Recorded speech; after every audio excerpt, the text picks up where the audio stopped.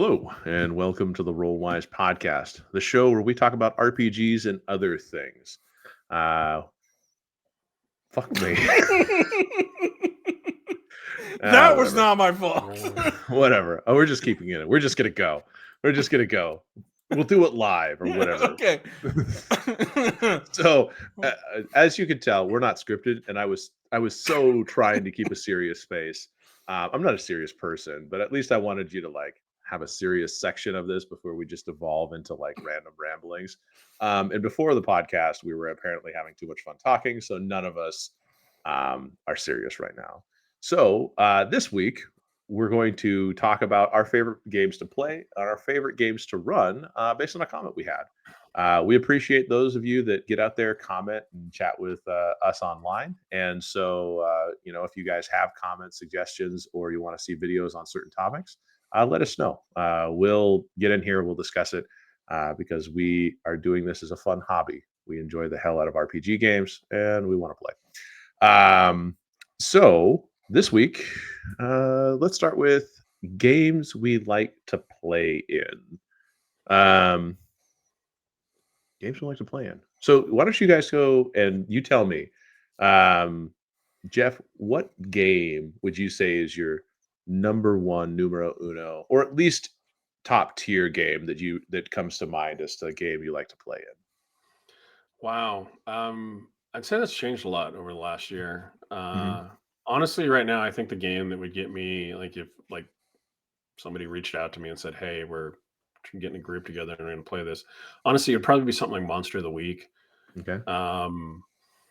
Rules light, more options for role playing. Fairly, basic rule set, easy to get up and going. Mhm. Because I know we only played one game in that, but I had so much fun that honestly would probably be something that I would, I would instantly go, oh yeah, no, sign me up. Let's do it. Yeah. Well, Monster of the Week was it's a fun system. And I have to say that in terms of the style of games that we seem to be most equipped for, and maybe it's just that, in our old age or some crap, but it feels like these days having episodic, non-world ending heroic adventures are having a 1 year long campaign seems so impossible for me right now. Impossible. And it's not that I don't want to, it's just if I were to set out to do that, I would be setting myself up for disappointment. Whereas a Monster of the Week game. Yeah, and it's really disappointing when you plan. Like if you're a GM and you're planning that, it's really hard. So I assume I won't play on those most. Yeah, there's a part of my brain that still wants to. If somebody said, even as down in the mouth as I am about D&D currently, if somebody says, I've got this solid group of people, I want to go from level 5 to level 15 over the course of 2 years, because I'm not interested in D&D below level 5, and I don't know if I'm willing to commit to anything over 2 years. See other podcasts for explanations for that. Yeah. There's a part of my brain that is like, yeah, you should do it. You should see what it's like. You should finally, because it feels like a rite of passage that I've never had. I read all these stories, and man, more power to you people that have groups that have stayed together for 10 years, playing epic character arcs. That's amazing. I have never gotten to do that. Yeah. So there's a part of me that wants to. It feels like a rite of passage that I've missed. But for what I really want to play week in and week out, where I don't have to commit for 10 years, or something like Monster of the Week, 4 honestly, or 5 hours a piece. Yeah, I would play the Alien game, just getting put into different situations where I knew I was in 3 sessions I was going to get torn apart, eviscerated. Yeah. Well, not to say that Alien, everyone gets eviscerated by xenomorphs, but it is on the menu. Yeah, it's true. It happened to everybody but one person in most of the shows. You have a lot to look forward to. So that was me. My favorite game. My favorite game I've ever played in was an Earth Dawn game, run by a friend of mine, and that was more of a long. I think we played that game for almost a year. And that was my favorite game to play in that I've ever played in, and that was a long time ago. I'm pretty loose. Sure, loose is the word I'll use for what role-playing games. Like, there's not very many games that I will just say, no, I'm not going to play that. I really just enjoy playing usually. Saying there's a favorite game for me to play, I don't necessarily have one. But you have your top tier games. I do have, not really. Like, I really enjoy most games. Any game I'm in, I usually enjoy. If you don't have like a go-to, like if somebody was just like, okay, there are these 3 games in front of you, you wouldn't constantly be like, oh, this one over the other 2. I don't think so. I can't think of one. I can think of games that I would like to play again that I probably will never get to, like Shadowrun. I would like to play that again. I don't know about the current edition, but I'd like to play in a Shadowrun game again. I used to love that a lot. Earthdawn was my favorite game that I played so far, so if I had got an opportunity to do that. But there's so many games that I want to play in that there are not very many that I wouldn't be like, if somebody offered 3 games, I would probably play the one that I haven't played yet. So I'd probably like, let's try so that one. You don't seem to have like a comfort food of games. No, as a matter of fact, that I think mac and cheese. I meant to say this kind of for the podcast is I think one of the reasons that I think one of the reasons that I'm doing this with you guys is because I'm still trying to find that game. Like, I'm trying to find that game that's like, oh, that's the game I would play every time if I would run or play every time if given the option. I think that's kind of what I've always been looking for, because I'm pretty I don't know, pretty random about things. There's not very many games I won't try. There's games that I can tell you I wouldn't play again. Or I wouldn't give a shot. I guess there are games that I wouldn't give a shot. I would probably play them, but it would take some convincing. Like that Kids and Stuffed Animals game or whatever that you were talking about, where that anime game where like the animal spirits Golden Sky Stories. Yeah, like that would be like the spirit. Like, is it the one that eschews combat for more flavorful? Yeah, like I would play it, and it would probably be fun, but it's not completely my jam. You just have to temper your expectations for a different style of play, because you can't go, oh, I attack and kill that student. I mean, I could, but I feel like I would be violating the heart of the game a little bit. 100%. I feel where you're coming from, because now that you're talking, there are game masters, like you two are 2 of them, but there are other people, there are other mutual friends that we have, at least 2 or 3 of them, that if they said, I'm running a game, you've never played it, I'd like you to come anyways, and I'd be like, yeah, I don't really need to know more, fill me in when I because I know that they're great at doing that. Like that they run a good game, and I'm willing to give it a chance. Like, it may wind up being something like you said, not 100% I wasn't. Golden Sky Story seems like a cool game. It just doesn't seem like my game. Right, exactly. I watch way too many. It is a heavy narrative. I watch way too many horror movies, ladies and gentlemen. Yeah. I watch way too many horror movies for Golden Stories to seem like my jam. I mean, so the story, like my when I got into college, like, I wasn't role playing at all. And the way that I found role playing again was I answered a bulletin board on a bulletin board at the college, and they were like, hey, come role play with us. They didn't say what game or whatever, and so I contacted them and we did Shadowrun, and like so like that's so any game, I'll play any game at least once. I may never play it again, but I would probably play any game almost once. I can't think of one. There's games that I absolutely loved playing in. Like I said, I love Shadowrun. I love the setting of playing that. Earthdawn, I really love Earthdawn. One of the reasons I run Earthdawn games is because I love playing in the Earthdawn universe so much. And then there's a lot of games up here that I would love to play in that I probably never will. Because like I said, one of the rules in our gaming group was always, oh, there's a game you want to play in? Congratulations, you probably have to run it now. So I try to be flexible as far as what games to play in. But there are ones that I've really enjoyed. Like Earthdawn was maybe my favorite game I ever played a long time ago. Sure. That makes sense. I mean, and those are some pretty solid games. Like the irony is that, I can't say that I've been a player character in as many games as I've run. If that make sense. Well, me either. Yeah. So me either. like that. So in terms of like games that I would definitely love to play it, honestly, if I have comfort food, I love running around in Forgotten Realms or I love Eberron. Eberron is my favorite D&D setting. Really? So yeah, Mhm. honestly, cool. I love Eberron, and Well, I don't have a complaint about Eberron. But I you don't love, think but that a you lot love of the people set. would put it right at the top. You love the setting Mhm. from a game plaster perspective. Mm. No, I love Oh, playing in it, and okay. I love running in it. I mean, I like they basically, and this is no, So D&D is your comfort food it game. it is. There's a lot of comfort that I found in D&D, Sure. and I think Eberron got it. You know, this is my old man memory hitting me, but I think Eberron came out in 3, and then it was transferred to Yep. 4, and Yep. then 5. It was, you know what I'm saying? Like I played and enjoyed Eberron in that 3rd edition, and I had a great time. I ran one of my favorite games for in Eberron's 3rd edition. It was a fun, wacky, like I mean, it was ridiculous. Is really what it boiled down to. So tell us about an Eberron game you played in, though, because I don't think I've heard as many stories about games you played. Well, mostly the Eberron games that I played in have been like short one shots. Mhm. And I Okay. think the only reason that I enjoyed them as much as I did is because I knew so much about the setting from running in there. Mhm. And so like playing it, like flipping the screen and going on the other side, I was like, ooh, I get to be in my favorite world.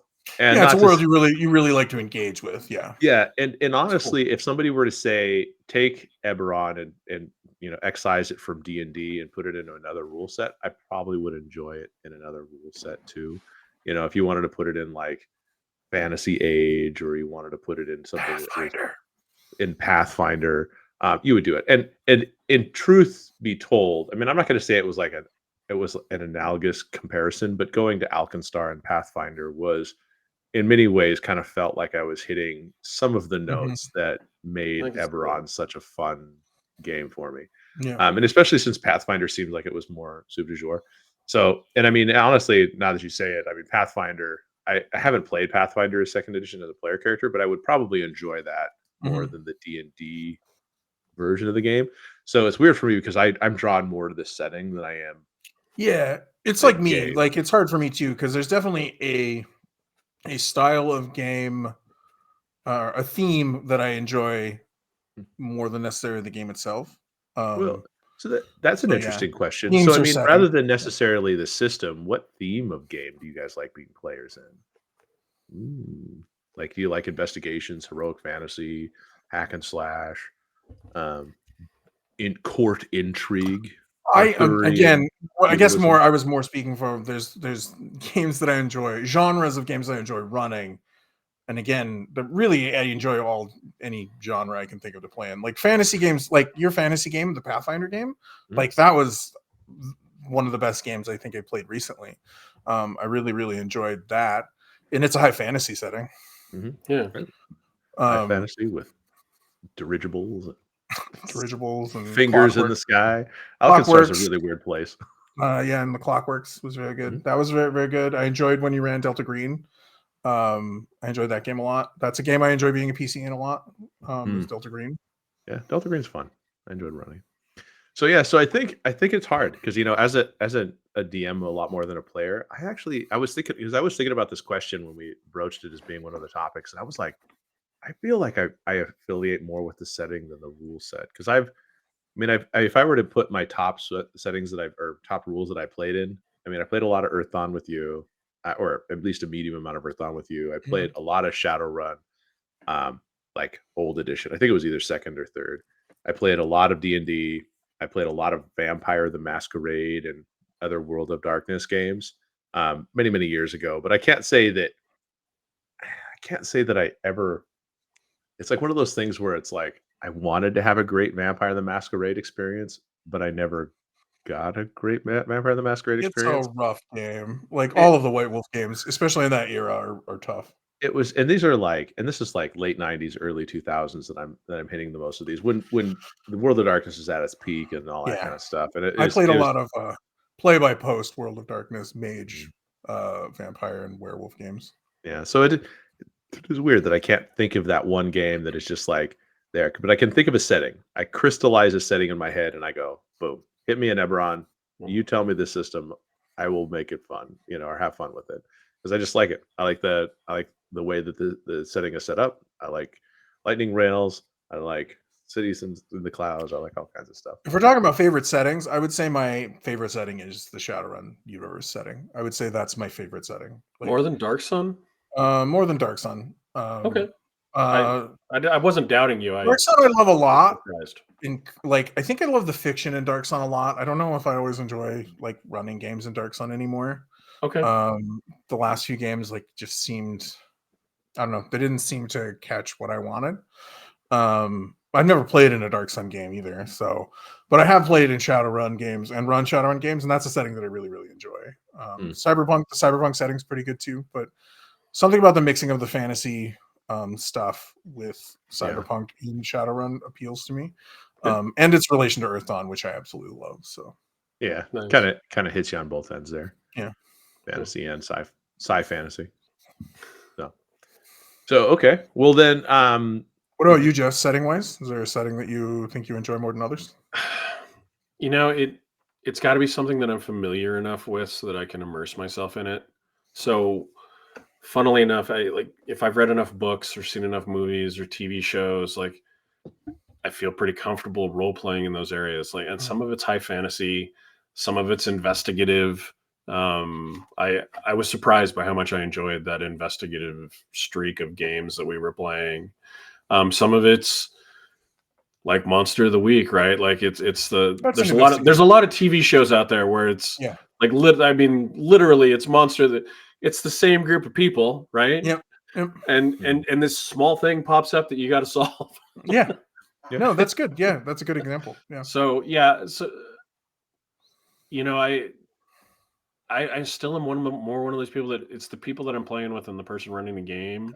That is a lot. More, but if I can immerse myself in it because I feel like I know how characters in that world should act, I'm not naturally even this outgoing. I'm much quieter and much more reserved. And so imagine throwing me into a setting where it's like, all right, and you're a 60s go-go dancer, and I'm like, I don't know if that's something that I know how to relate to. Yeah. Well, and it's kind of segueing into the GM piece. That's why I struggle. That's why I don't like running fantasy games as much anymore as I used to. Is because I don't always know. I feel more comfortable in modern settings a lot of times. Okay. So I don't always know how high fantasy characters are going to act. So I GM more towards modern games these days. It's the same with space games. We were talking about Coriolis. And I struggle with those a little bit for the same reason. It's when you start getting out of a modern realm, I start having some questions as to how people react. But as far as GMing, since we're segueing a little bit, what's your favorite setting to GM in? We'll start with Mike. Ooh, favorite game to GM? Well, let's see. So I honestly, for the longest time, I had really been, in sync with Fabula Ultima, and I would say that would have been my go-to. Mainly because I like its collaborative storytelling nature. I like the fact that it gave me some tools and tricks that I hadn't used before.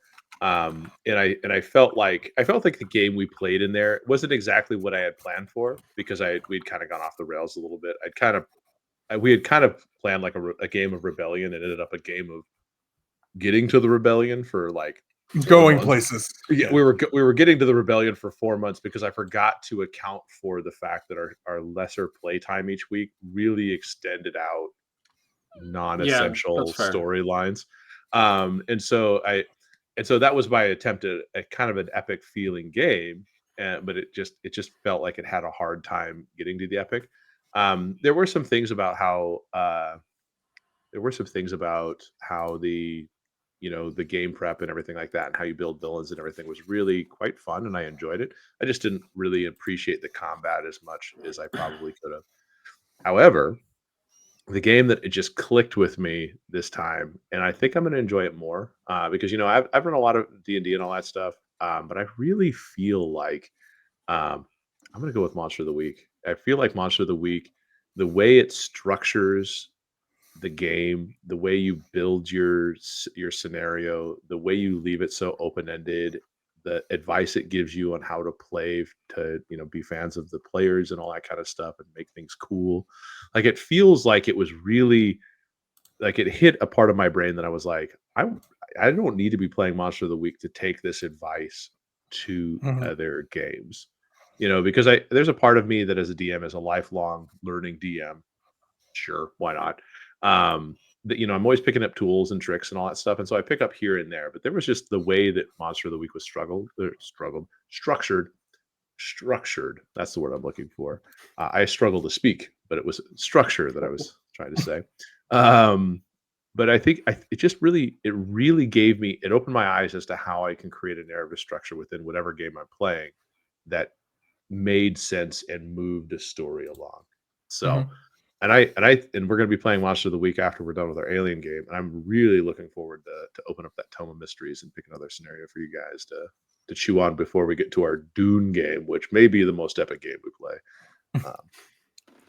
Yeah, no, Monster of the Week's really good at building a narrative for that type of story. Like it's very much, it allows the characters a lot of freedom to kind of make choices and role play around it. So yeah. Yeah, I mean, I honestly, that was like, it was simple. It's fast. It didn't get bogged down by anything. Like it just was such a smooth game experience. Now, admittedly, I could totally flub the next Monster of the Week, and I might be like, it sucks. Who knows? But I doubt it. Yeah, I doubt it. It has a lot of the tools to kind of help you not make sure that doesn't happen. So Brent, what do you think? As far as GMing, games that I love to GM, again, there's more of a genre that I like to run, which is horror games. I think everybody who knows me probably knows that. So like Unknown Armies is one of my favorite games to run. More so like first and second edition than third edition. I haven't run a third edition game. I struggle a little bit with its, I don't want to say it's cooperative storytelling narrative sort of thing, but like that is it. Like it's come down to the Powered by Apocalypse sort of like everybody designs the story together, and I still kind of have like there's Unknown Army stories that I want to tell that don't start that way. And so I struggle a little bit with third edition, but I love Unknown Armies.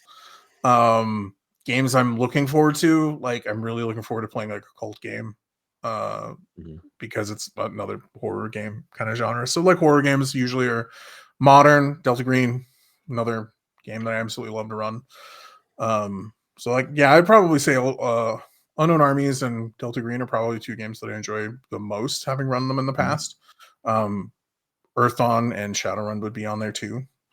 And then there's a lot of games that I look forward to running or trying. We just like playing games. Yeah, like I said up front, it's kind of a process of me trying to find that game. Like, I don't know if I'll ever find a game like this is the game that I always want to run. If I'm going to run a role playing game, this is the game I'm gonna present to people to play.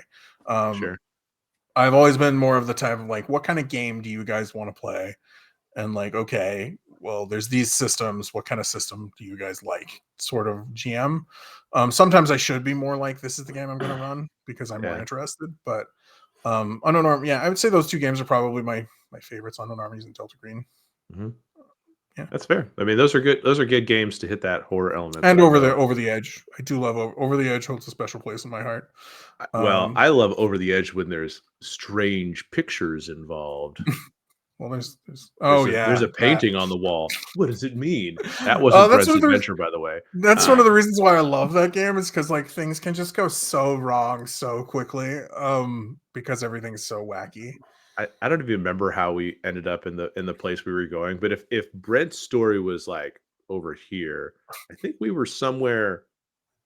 Well, so here? I gave you guys an apartment, a base of operations that like the guy that hired you to do like find his kid in the city got you guys an apartment, and you guys went to the apartment, and I just put it's just so everybody knows what happened I was like, oh, I want to reinforce the feeling that this entire place is really strange, so I put a painting in this apartment, this liminal space apartment that they were in, that changed every day. Like every day there would be a different like weird picture in the painting.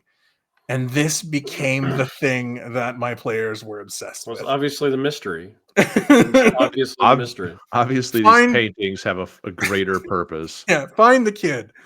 I need to know what's going on with the painting. It doesn't help that the first painting was of a child with a, which I didn't even think of. You're right. That's true, and I didn't even think of that. Yeah, so there was symbolism in that first painting that if it would have been just a painting of like chickens on like a farm or something, and then it turned into one of those like the kids at a doctor's office. Like if that would have been the series, it is the only game I've ever run where somebody ordered a Geiger counter online, though. Yeah, had to be sure. I got to be honest. I like the picture. It feels as somebody who watched the TV show Heroes. I don't know if you guys did, but their tagline was "Save the cheerleader, save the world." So it's a non sequitur. It's nonsensical. It doesn't make, you know what I mean? But it was true at the end. Like they did save the cheerleader, and that did result in the world being saved. But I don't remember could see Heroes how your ending. brain could go, this picture. Well, after the first season, it definitely, like, there was some moments, but there was the writer's strike. Didn't that kill the show pretty much? Everything was a non sequitur in my Over the Edge game up until the end, though. Like it wasn't. See, that was the thing. Is like it was a weird piece amongst a million other weird things that and they just glommed onto that one, and they just picked that one. That was the one we really focused on. It was also the rare crystal shops that we went to, the library that was right above the strip club. So the apartment I gave them was also like three layers. It was 3 levels, and there was a strip club, a library, and then the apartment that they had to go. You can do all your research, either at the strip club or the library. Yeah, so Brent was dropping hints like you wouldn't believe. You're gonna play in that game again sometime, so just be ready for it. I've never played in it, so I'm gonna run that Over the Edge game again sometime, and the game's weird enough to where it's not gonna matter that you played in it before. So you know what, you could be like, let's play Over the Edge, and now I'm gonna be like, is this the game? Are we saving saving the boy? Where's the senator? Like, the picture doesn't matter. Don't worry, guys. Don't worry, guys. Now the child is gone. It is a metaphor for the kidnapping. And I always want to run an Over the Edge game that's all the versions of Keanu Reeves like characters, and they're all on a plane. Do you mean Nicolas Cage characters? Oh, Nicolas Cage, yeah, or that's Keanu Reeves. Really, you could do either one. Where they're all like, it was the One True Cage. That was the name of the game, where they're all landing on El Emerja to find the actor Nicolas Cage, to unite with him and form the celestial being. The singularity. That would be neat. A bunch of pre-generated Nicolas Cage characters. You got, the guy from 60. Does it make him more powerful? Like, yeah, it makes it more powerful, kind of like Jet Li had. And the one, the one, like Chong Li. That's a very, very different game of the one. Yeah, they're all going to merge into the singularity that is the One True Cage. Yeah, there's got to be a way to riff that into the name, though. The singularity. I don't know. Whatever. Cool. So, Jeff, what about you? The game that you would run out of all games. I probably still have my DM training wheels on, especially compared to you guys. So I have 2 requirements. Like when I run a game, one, that I'm familiar enough with the rules that I can feel like if somebody has a question, that I can at least help them or know where to look so that we can get an answer like easily. Because I hate feeling like I'm holding up the game as the person who's supposed to be facilitating the game running smoothly. And so from that standpoint, it would probably be Dungeons and Dragons or like old school Spycraft. I just love that fucking game. I just do. As much as I can acknowledge all of the problems with the system, I just love me some D20 Spycraft. We should definitely try a Spycraft game, for the record. I would be willing to. I'd need to find my books. We should definitely try Spycraft. Because the other thing. Oh no, go ahead. Sorry. Because I've never played that. I was just saying. Okay. I've never played Spycraft. It lets you scratch a lot of weird itches. You can go in a James Bond sort of way. You can go in a military sort of way. Like but you got to have guns. Like, do you Right. know what I mean? Like, It's like there's a newer game called Knights Black Agents, which is you play like ex-operatives like that kind of. that sounds cool. Except you fight vampires. That sounds cool as well. it's a very interesting concept. So I'd be interested to play another spy game to see another spy game. The other thing that I need is, because it's not that I don't want to create my own thing, it's that I know that I'm not going to do it thoroughly enough. So I need something pre-canned that I can run. At least I may make modifications, especially as I become comfortable and see how the party is going and see. I'm a big fan of what types of encounters does the group like, you know, and not that they get that every time. But if they like A, I'm not going to give them all B. You know what I mean? They're going to get that's important. A better mix. I'm willing to adapt, but I would like a starting point. I feel attacked. You know, and I was going to say one of the reasons heresy saying that in this group, because you guys do such a great job developing your own things, and I really admire that. But it's not a skill that I currently possess. One of the reasons I absolutely love Over the Edge, by the way, is because I don't have to worry about consistency. Like, the game setting is so weird. Like, it's like, well, what about the building that was there last week? Matt, I don't know what you're talking about. Because I really don't know what you're talking about. It's a clown school now. I don't know what you're talking about. It's a clown school now. There's clowns there. Moving on. Happens. Yeah, but I'm willing to try some stuff. In fact, I owe you guys a couple of things. Probably first off, Wild Sea. This is the first time we're mentioning this out loud, but this is something we've been talking about. This looks like a game that I am charged up to try to run. So I am really excited about Wild Sea. So that is something that hopefully we do on our Monday streams. And people can go, wow, can we go back to the other two guys running the game? I doubt that's going to happen. But nah, I mean, honestly, here's the funny thing about running games is that, you know, you're going to find a game you like, or hopefully you find games that you like enough, or many because games. Or, you know, and you run the games, and you can be good or bad as long as you stay away from the DM versus PC mentality. Yeah. And you go out with the intention of having fun together to build a story, and I mean, don't try to railroad people into your version of the story where they're just like extras in the story you want to tell. That's not Mike, you don't put a PC in the game that kills the monster for you don't put an NPC in the game that kills the monster for the PCs and looks like a total rock star. I've DM'd enough games that has happened. But I only did that to Deus Ex Machina, you guys out of the worst failure state I think you could have got into an introductory adventure. Admittedly, you didn't need that anymore. But I don't know. I was fine being a sidekick for that dwarf in Phandelver. I think it would have been worth it. Yeah, that like you guys were just like, okay, so how can we possibly die in the first encounter? No. It was like the second or third encounter. You guys were like, and we let him go. We got all the way to the second or third. Yeah, we cut the ropes and we freed him, and then proceeded to be murdered by the bandits. Yeah, and he was just like, oh, I'll save you, and then he did. Yeah. I mean, I don't know how he got caught based on the dice rolls that he had leading the for you guys. That guy, once he started fighting, was a combination between like Thor and the Hulk. Like, one thing I will say, Jeff, is the only thing that I ever tell people to remember during GMing is if everybody's having fun, you are being a good GM. Like, if the players are having fun, that's really all that matters. One of my friends told me once, he said, when I run a game, what I really look for is like a B movie level that you enjoy. Like, don't think about going any more than that. Think of like a B movie that you like, and like that's about as good as I think you have to be for it to be fun. And so that's kind of what I shoot for these days. I think that was a brilliant piece of advice. It's like, no, that is. I think that's good, because you can. Maybe I'm unique, but I think that I'm probably more similar to a lot of people in this hobby. Like, you can put a lot of pressure on yourself that shouldn't exist. You know, about how you do. Challenging running the game is, and how everybody's depending on you, and you can really build up some walls that like nobody could scale.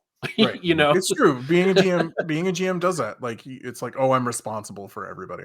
yeah. But I think if you do some prep work and you have a good core thing, that's why I still like to have some sort of a initial scenario, you know. And if everybody likes it, I'll put in the work to try to do something else. But and at least know the rules enough to lie about it at the time exactly. you're being called out on it. Yeah. No, not everybody. At least absolutely, that's what you roll. All right. I've never rolled a D16 before. I haven't either, but that's what I said. So that's what we're going with. Are you sure we're just supposed to flip a coin for this? Yeah, absolutely. It's the same thing as a D2. Next week we might be doing something different, but today that's the rule that we're following. That's what we're starting with. How about that? So no, but that's fine. I mean, like, as long as you're having fun, I think you can mess up the rules. And I've had some hilarious times where messing up the rules has actually created a more fun game, just because you like let something happen that the rules didn't allow, but it created a really hilarious time. That's why everybody needs to let go of rules lawyering. I mean, rules make it fun when you can. They do when you're in there, but sometimes I look at the reason to follow the rules is to avoid conflict. Like, you can like, if somebody's arguing, we could say that's not what the rules say, and that's what I use rules for, is just to avoid like conflict. But like, if there's no conflict and it seems like the thing to do at the time, I see no reason not to say yes. Yeah, no, if something makes sense or something sounds like it's going to be fun or open up an interesting avenue for the group to explore, why not? And maybe it was because of work, like the one thing, you know, at the common employer that we all had, like, well, that's not what the policy says. Let's the second you say that, you've lost the audience that you're talking to. You know what I mean? And it's so, but that's not what the rules say. The rules say this, and it's like, are we being pedantic, or are we trying to have fun? And I think that we're trying to have fun. Yeah. And that's I agree with that, and that's why, like, go ahead. I was going to say, although I have played with people that have been that rules lawyer, where I think by not following the rules the way it was, it wasn't as fun for them. It wasn't as fun for them. So there are those situations where it can. Yeah, there's definitely players. You have to know your group. That's a good point. Yeah, like I said, it's situational, definitely. But like, that's why, like, one of the reasons that's why I like Theater of the Mind is because my GMing style is more permissive. It's like, am I close enough? Yes, sure. Am I within 3 squares? Yeah, right. Yeah, good. Just do what you're planning on doing. And that's why it works for me, is because it's just like, does the player think this is cool? Yes, do it. Go ahead, roll your dice.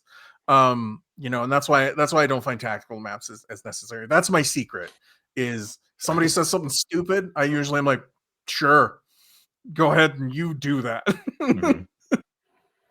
Sometimes it works. Like, we're gonna try and walk into the painting. All right, go ahead. Yeah, your face runs into the wall. You've damaged the painting, and now I would like to point out. I would like to point out that walking into the painting didn't work, but somehow my co-player was able to hide himself in a dimensional pocket within the wall. I would. Yeah, he earned the best of all merits a character can get, which is mind torn apart by eldritch forces. Yeah, that's what he got. Hey, finished out his research. That's one way to think of it. Yep. So, okay. Well, then I think what we really did was we danced around topics of what we like to play and what we like to run for the last little bit. So, I think it gave us. I hope it gave, especially the person that asked. I hope it gave you insight on what games that we do like to play. It's more based on genre, of course, and the general answer of it depends who you're playing with, of course. But Brent likes to play horror games. That's play and run horror game. Well, mostly run horror games, and he'll pretty much system horror for anything that people are willing to play for him. Oh, that's what we should have named the podcast. System horror. System horror. That might be a problematic title. We just have the asterisks and the O. Nobody would make that distinction. Obviously, it's for children. But yeah, I mean, basically, I'll play any game that people ask me at least once. Except Fatal. I'll probably never play that because I probably won't be friends with a person that wants to run a Fatal game. That shall not be named, though. Yeah. But like I'll play mostly anything. But run games, I really enjoy usually running horror games. Pretty much even if I'm running any like fantasy game or space game, it's probably gonna have horror elements in it. So yeah, I'm curious. You know, we've played Vaesen, we've played Alien, and all that stuff. Do you have a specific genre of horror that you like the most? You like action horror? Mostly action horror. I like both. I really like both. This times when I like the characters to be a little more competent in the horror games. So more like Delta Green fits that. Yeah, fairly high because the characters are competent enough to do something about it, but not confident enough to like win every time. So Delta Green is usually about the horror game. I'm looking forward to trying Cult because that's more like Unknown Armies. I really like Unknown Armies because most of the time the horror elements are basically people. Like I really don't think that like, and that's one of the problems I have in fantasy games. Like a lot of times it's not just another human being that's doing it. It's usually some other like thing. Whereas in Unknown Armies, it's like, nah, it's probably a person that's doing it. It's the people. Yeah, it's probably a person that just sucks. Like, even if it's something really occult and dark, it's probably a person that's doing it. Which is an element that I like. Gotcha. Well, and so I guess you know I guess truthfully, we've talked a lot about the games we like to play and the games we like to run. If somebody wants to tell us what games they particularly love and they want to leave us whatever comments or questions or whatever they'd like to do, Jeff, how would they do that? They would follow us on social media. We are on Facebook, Threads, Twitter, and YouTube. You can get us at @Rollwise, or you can just email us, rollwiseguys@gmail.com. Yeah, and for the commenter that's asked this question about the games, I want to specifically say thank you, and we appreciate your comment. And I promise we will play A State sometime too soon on our stream. And as always, roll well, roll wise, and be safe out there, everybody. Thank you. Thanks. Yeah.